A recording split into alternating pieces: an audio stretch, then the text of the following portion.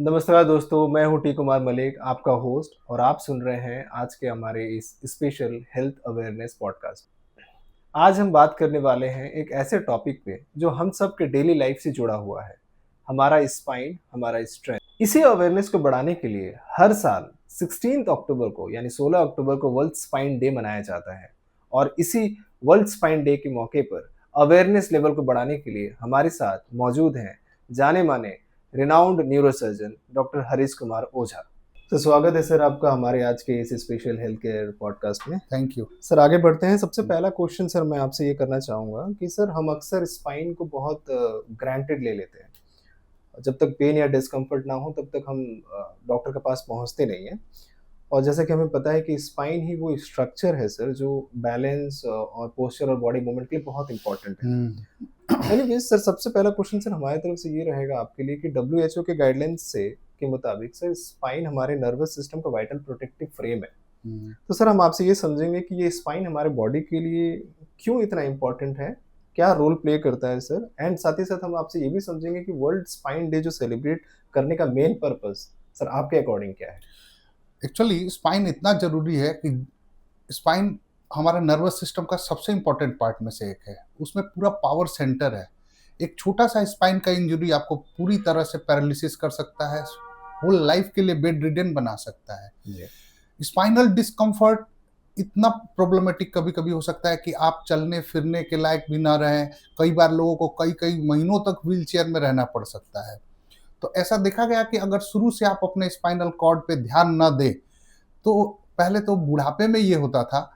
आजकल तो desk job के कारण, सिडेंटरी लाइफ़स्टाइल होने के कारण अर्ली एजेस में, इनफैक्ट अर्ली 30s 40s में लोग severe low back pain, spinal cord के डिफरेंट टाइप के बीमारियों से ग्रसित हो जाते हैं और उसके बाद उनको इतना प्रॉब्लम होता है कि वो एक इंडिपेंडेंट लाइफ नहीं जी पाते। कई केस में तो दूसरों के सहारे की ज़रूरत पड़ती है। इवन खुद का रूटीन वर्क, लैट्रिन, बाथरूम ये सब भी करने के लिए लोगों को दूसरे पे डिपेंडेंट हो जाना पड़ता है। सो वर्ल्ड स्पाइन डे साधारण आदमी में, कॉमन पब्लिक में, जो नॉन मेडिकल है, उनमें भी स्पाइन के स्वास्थ्य को कैसे उसको प्रोटेक्टेड रखें एक हेल्दी लाइफ के लिए, इसके लिए मनाया जाता है। लोगों में जागरूकता बढ़ाने के लिए मनाया जाता है ताकि आप अपने स्पाइन को टेक इट फॉर ग्रांटेड न लें। ये बहुत ही अहम पार्ट है शरीर का। इसके बिना लाइफ में हेल्दी होके मूव करना ही इम्पॉसिबल है। इसको आप टेक इट ग्रांटेड ले ही नहीं सकते हैं। आप इसके लिए बचपन से ही टीचिंग में ही आना चाहिए सजगता कि कैसे हम अपने बॉडी को और इंक्लूडिंग माइंड, ब्रेन, स्पाइन सबको स्वस्थ रखें। तो जैसा कि आपने बताया कि अब ये स्पाइन का जो प्रॉब्लम है केवल ओल्डर एज वालों को ही नहीं, यंगर एज वालों को भी है। तो सर हम आपसे ये समझेंगे कि बहुत सारे पेशेंट्स, बहुत सारे लोग ऐसा थिंकिंग में रहते हैं कि स्पाइन का प्रॉब्लम है, ये खुद ब खुद ठीक हो जाएगा। तो सर हम आपसे ये समझना चाहेंगे कि सर कब पेशेंट्स को ये फ़ील होना चाहिए कि नहीं अब हमें डॉक्टर के पास पहुँचना चाहिए? सबसे पहले तो आपको एक जानकारी के लिए बता दें कि स्पाइन का प्रॉब्लम बर्थ से पहले से भी शुरू हो सकता है, जब बच्चा माँ के पेट में होता है। पुराने समय में मदर्स का रेगुलर यूएसजी नहीं होता था। रेगुलर वो लोग आयरन, फॉलिक एसिड नहीं खाते थे, कोई केयर नहीं करता था, तो देखा जाता था कि जन्म से by birth spinal cord defect होते हैं। जब माँ के वूम्ब में स्पाइनल कॉर्ड बनना शुरू होता है, उसके लेयर्स में डिफेक्ट आने शुरू होते हैं, बोन्स में डिफेक्ट, जो कि पैरालिसिस का कारण होता है। कई बार आप देखेंगे एक बच्चा by birth defect, spinal cord में एक स्वेलिंग हो, उसका लोअर पैर नहीं चल रहा है, यूरिन और ये टॉयलेट को कंट्रोल नहीं कर पा रहा है। ये बहुत कॉमन था। फिर गवर्नमेंट के अवेयरनेस के बाद गवर्नमेंट हॉस्पिटल्स और प्राइमरी हेल्थ सेंटर तक में आयरन, फॉलिक एसिड डिस्ट्रीब्यूट करते करते अभी इसकी संख्या, इस टाइप के केसेस की संख्या पहले तो कम हो गई है। जी। तो ये समझना है कि बच्चा के जन्म से पहले माँ के पेट में तभी से स्पाइन केयर शुरू हो जाता है in form of iron, folic acid, proper time, regular ultrasonography and prenatal checkup. अब बच्चा बड़ा होना शुरू हुआ, सबसे इंपॉर्टेंट एक तो स्पाइन को ट्रॉमा से बचाना है। जी। तो ट्रॉमा तो खैर आपका बैड लक कहीं भी एक्सीडेंट में खेलते ऊपर से गिर जाने से हो सकता है। ये हो गया एक अननेचुरल थिंग। अभी रेगुलर में क्या है, जब बच्चा बड़ा होता है, एक तो पहले वेट, जितना ज़्यादा वेट होगा उतना ज़्यादा स्पाइनल प्रॉब्लम आएगा।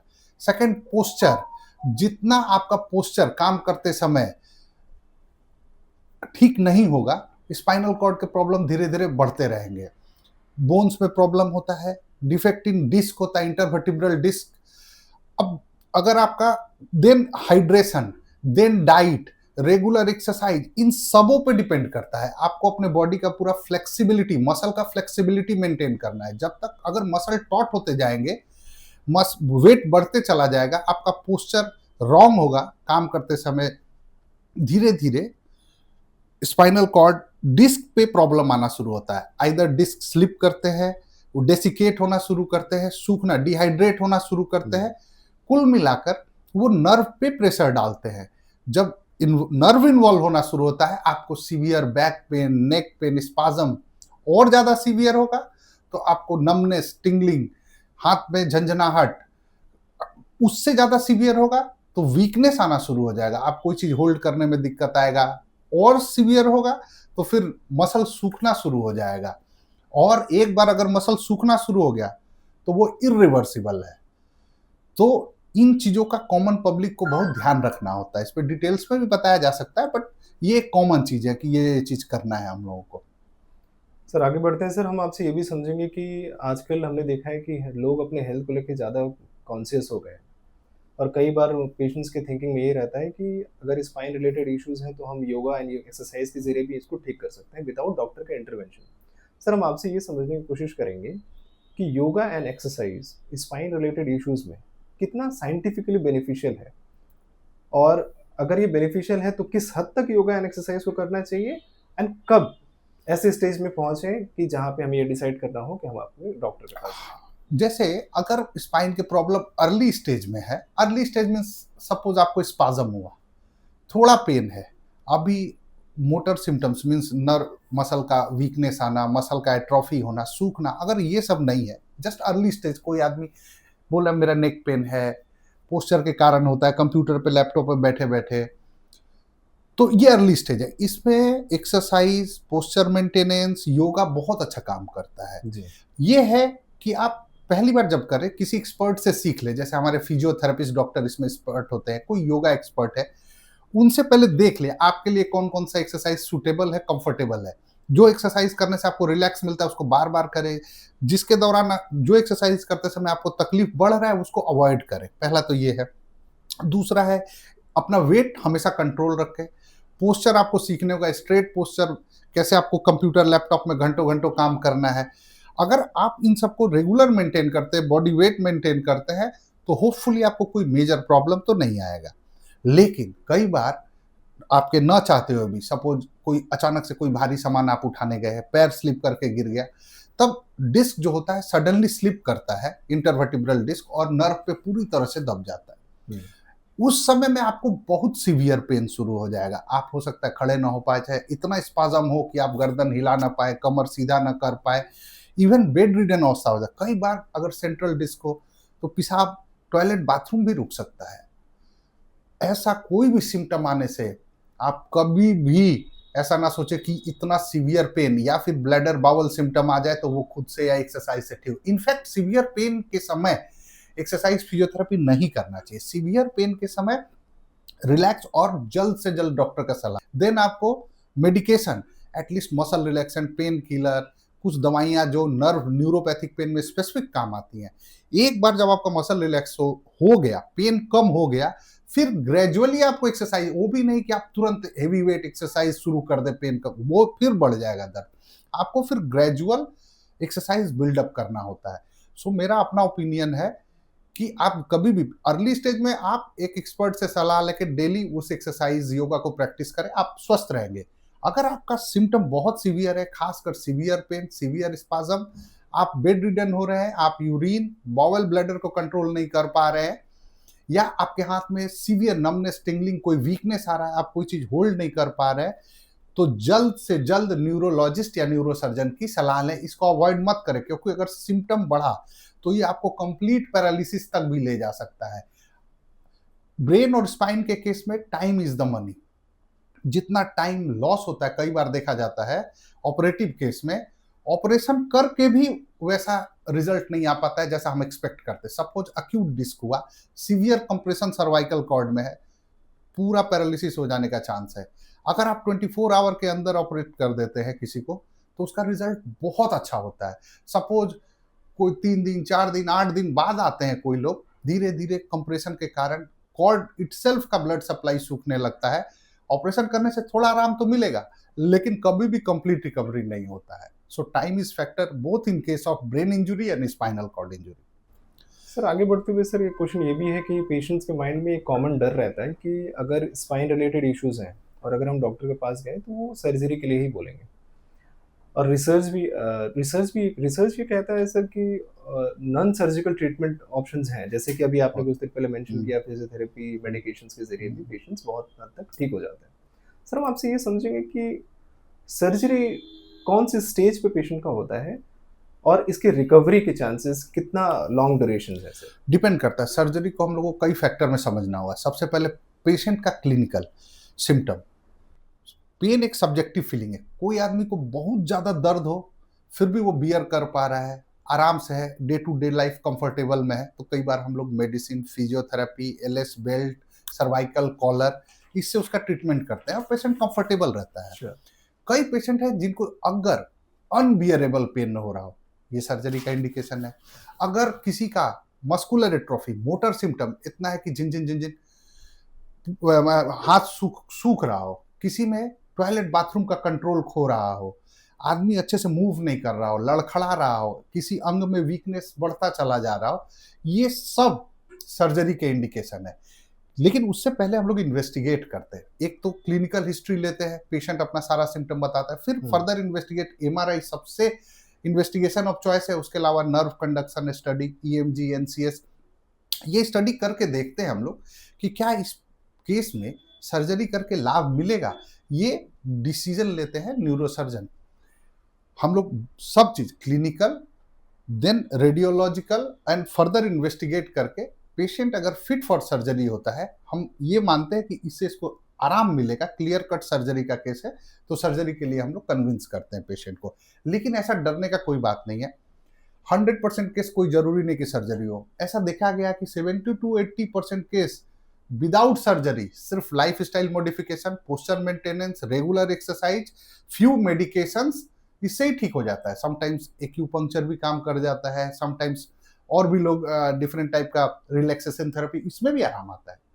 70 to 80% में, 20% केसेस में सर्जरी लगता है। बट जिसमें सर्जरी इंडिकेटेड है, अगर आप उसमें सर्जरी नहीं करेंगे तो और खराब की तरफ जाएगा जितना आप डिलेट करेंगे। ये डिसीजन लेना होता है सर्जन को। सर आपने जिस तरीके से अभी वेरियस इन्वेस्टिगेशन के बारे में बताया, मैं इसी चीज़ को और आगे बढ़ा करके मैं आपसे एक क्वेश्चन करना चाहूँगा कि सर जैसे कि न्यूरो स्पाइन रिलेटेड जितने भी ट्रीटमेंट हैं, टेक्नोलॉजी वाइज बहुत प्रोग्रेस कर चुका है।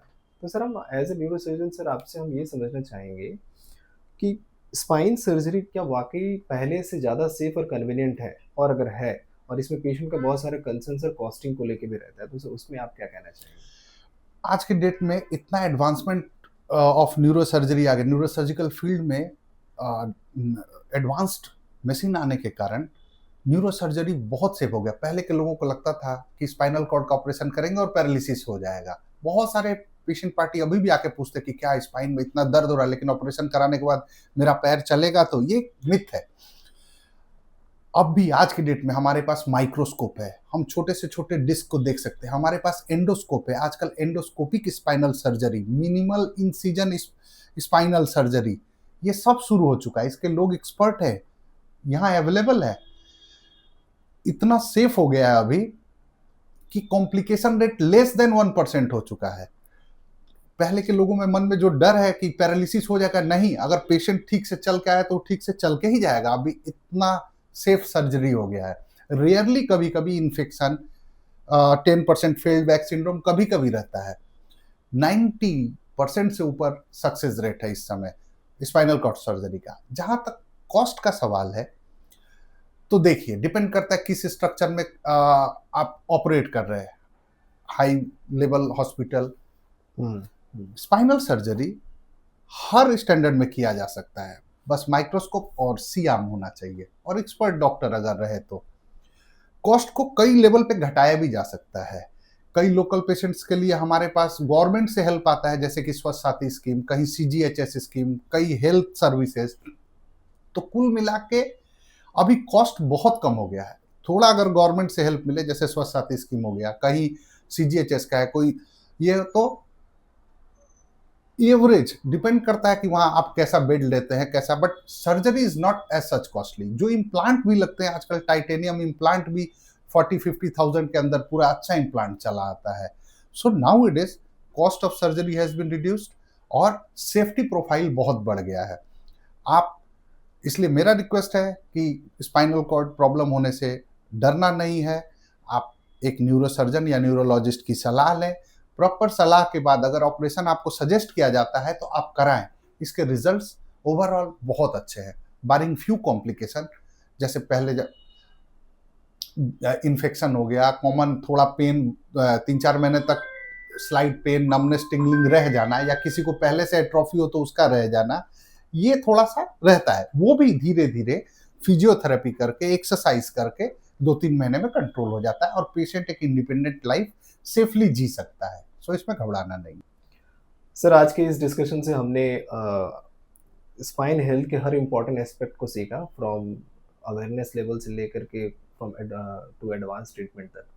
सर, हम आपसे ये समझना चाहेंगे कि आज के इस वर्ल्ड स्पाइन डे के ओकेजन पे एज ए न्यूरो सर्जन आप एक स्ट्रॉन्ग मैसेज हमारे लिसनर्स को क्या देंगे, फॉर सो दैट वो अपने स्पाइन हेल्थ को लेकर थोड़ा सीरियस हो जाए। स्पाइन तब तो बोलते ही है, हर आदमी बोलता है मेक योर स्पाइन स्ट्रेट, ये ऐसे भी बोला जाता है। तो हमारा स्पाइन स्ट्रेट रहे, इसके लिए हम लोग को जन्म से पहले से ट्राई करना है। कैसे? सबसे पहले तो जो प्रेग्नेंट लेडी है उनको proper iron, folic acid, calcium मिले, जिससे स्पाइनल कॉर्ड डिफेक्ट बहुत कम होता है। फिर बच्चा जन्म लेगा, बड़ा होने लगेगा, धीरे धीरे उसको फ्लेक्सिबिलिटी वाले एक्सरसाइज अगर वो स्कूल लेवल से करे, उसका बॉडी और मसल फ्लेक्सिबल हो, तो बहुत अच्छा रहता है स्पाइनल कॉर्ड के ऊपर। Swimming is a very good exercise. Swimming, football, अगर आपको दर्द हो रहा है तो बहुत heavy weight, free hand exercise ज्यादा कीजिए, योगा कीजिए। बहुत heavy weight lifting is sometimes dangerous in cases of muscle building. Heavy weight lifting is unless until it is protected, unless until it is done under expert advice. तो free hand exercise अगर आपको spinal cord pen हो तो avoid करें, बच्चों में avoid करवाएं। ये heavy weight lifting, free hand exercise regular करवाएं।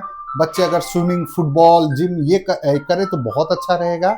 इसके अलावा बच्चों को बचपन से कुछ कुछ योगा का ट्रेनिंग दिया जाए, जो स्पेसिफिकली स्पाइन के लिए है। सूर्य नमस्कार इनमें सबसे अच्छा है, तो भी बहुत अच्छा स्पाइन ये होता है। उसके अलावा आजकल के डेट में मैक्सिमम बच्चे आईटी सेक्टर जॉब, चेयर में बैठ के जॉब होता है 8 घंटे 10 घंटे। उस समय में आप अपना पोस्चर मेंटेन करें। चेयर पे जॉब करते करते आधी घंटा 45 मिनट बाद थोड़ा वॉक कर ले, अपने ऑफिस में ही वॉक कर ले, थोड़ा समय निकालें। कोशिश करें अगर कहीं 5-10 मिनट का डिफरेंस जाना हो तो आप सिर्फ बाइक या कार ना यूज करें, कुछ देर पैदल जरूर चले। Try to walk at least 30 minutes every day minimum, this is minimum, at least you have to walk, ये करें। उसके अलावा जैसे जैसे आपका एज बढ़ता जाए तो बहुत एक्सटर्नस एक्सरसाइज नहीं करें, आप बहुत तेज फास्ट रनिंग ना करें। एज के बाद स्पाइन प्रोटेक्ट करने के लिए आप ब्रिस्क वॉकिंग, जॉगिंग, इसका सहारा लें। और अगर आपको योगा करने का प्रैक्टिस है तो वो रेगुलर करें। डाइट कंट्रोल रखें, प्रॉपर हाइड्रेशन ले ताकि डिस्क ड्राई ना हो जाए। पोस्चर मेंटेन करके रखें। सोते समय आपका बेड बहुत नरम नहीं होना चाहिए, बेड थोड़ा हार्ड होने से अच्छा रहता है स्पाइनल कॉर्ड के लिए। आप अपना पिलो पतला रखें, नेक को सपोर्ट करके रखें। बहुत सारे बच्चे मोटा मोटा पिलो लगा के ऐसे सो के टीवी देखते हैं, that is very harmful for cervical spine. आप अपना पिलो पतला रखें, टीवी भी देखते समय सीधा करके, मोबाइल भी यूज करते समय सीधा रहे और उसको आई के लेवल में ले जाके, ना कि ऐसे करके देखे। ये सब चीज अगर बचपन से ट्रेनिंग दिया जाए तो आप बुढ़ापे तक होपफुली अपने स्पाइन को बहुत अच्छे से मेंटेन कर पाएंगे। Thank you so much sir, बहुत ही वैल्यूएबल इंसाइट्स आपने स्पाइन हेल्थ के बारे में दिया, और मुझे पूरा यकीन है कि हमारे लिसनर्स अब अपने स्पाइन हेल्थ को लेके थोड़ा ज़्यादा माइंडफुल रहेंगे।